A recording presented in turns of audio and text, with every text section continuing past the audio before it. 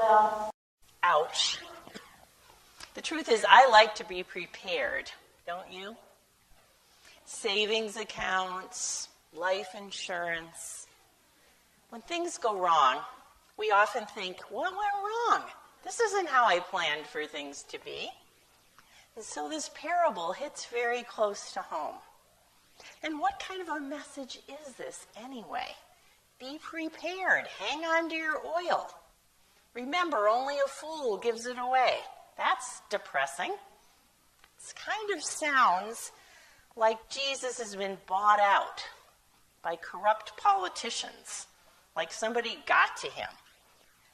Is the kingdom of heaven just like one big oil conglomerate? Maybe Jesus had a moment of temporary insanity due to messianic stress, which would account for this out-of-character fluke of a parable, which certainly does not cohere with the rest of what we've heard from him. All those other stories about the kingdom, I prefer them all to this one. Do we really think the kingdom of heaven is no different than all the eons and myriad of empires that have existed on the earth? Of course, the parable doesn't say whether the bridesmaids had any oil at home, right? It doesn't tell us if the wise ones were hoarding it or the foolish ones hadn't had the time to get to the store yet. It doesn't tell us what they had in their savings accounts or how generous they were with their other worldly goods. For all we know, the wise bridesmaids were down to their very last flask of oil. And the foolish bridesmaids were sitting on barrels of the stuff. The parable doesn't tell us. Its only concern is what they brought, what they carried with them.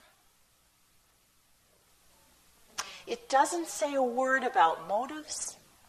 It doesn't say anything about extenuating circumstances. Any reasons why 5 women might conceivably have left their oil flasks at home. And I think that might just be significant. Maybe this isn't a story about how much oil you have. Maybe this is a story about how much oil you carry with you. And the parable is very clear. All 10 bridesmaids brought their lamps, right? But 5 of them were foolish, and 5 of them were wise. The wise ones brought flasks of oil with their lamps when it was time to wait for the bridegroom. The foolish ones showed up with lamps, but nothing to keep them going. And when your lamp goes out, you may have gallons of oil sitting at home, but it's not going to do you any good where you are. So what does that look like? The kind of oil you carry with you. What does that look like if it's not a commodity that we buy and sell? What kind of oil are we talking about here? Well, I know what it means to run out of oil, and I'm guessing that you do too.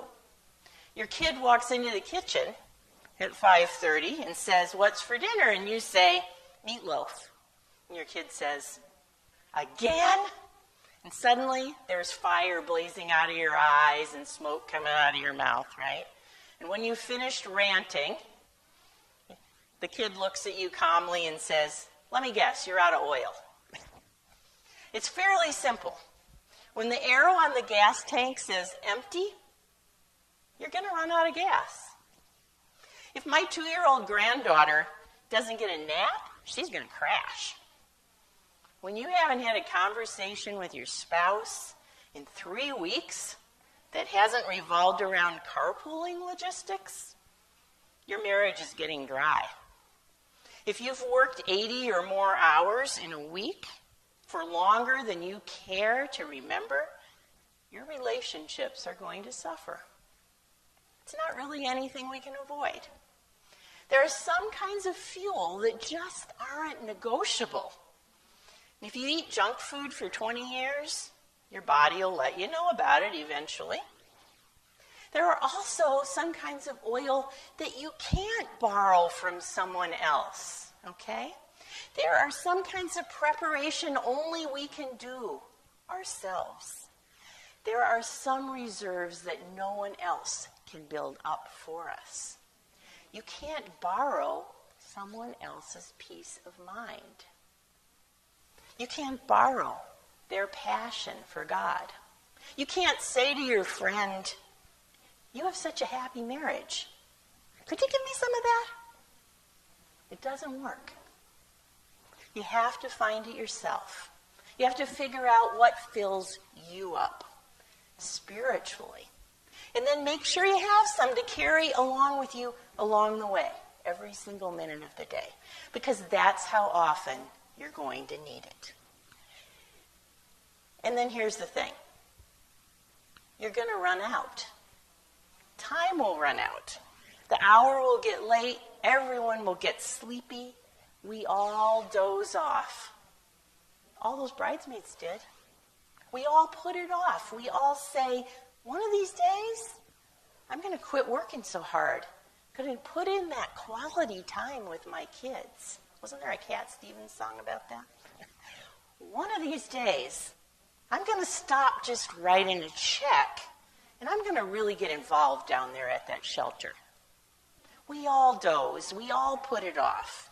And then the shout goes up, he's coming. It's time. And one of these days is today. And it's over. And you never did bring your flask of oil. I think that's one of the hardest things about this parable. The time will come when I have to draw upon the oil that I have, right here, right on my person, in my flask. And it isn't going to come from my pension savings, isn't going to come from my good intentions, all those long-range plans that are wonderful. It's going to come from what is fueling me spiritually right now. It's going to come from where I see God today. And where is that? Well, you know what? Jesus tells us, right in this very same chapter of Matthew, Jesus tells us, I was hungry and you fed me. I was thirsty and you gave me something to drink. I was naked and you clothed me. I was a stranger and you welcomed me. I was in prison and you visited me. I was sick and you comforted me. That is where we find him. That is where we get filled up.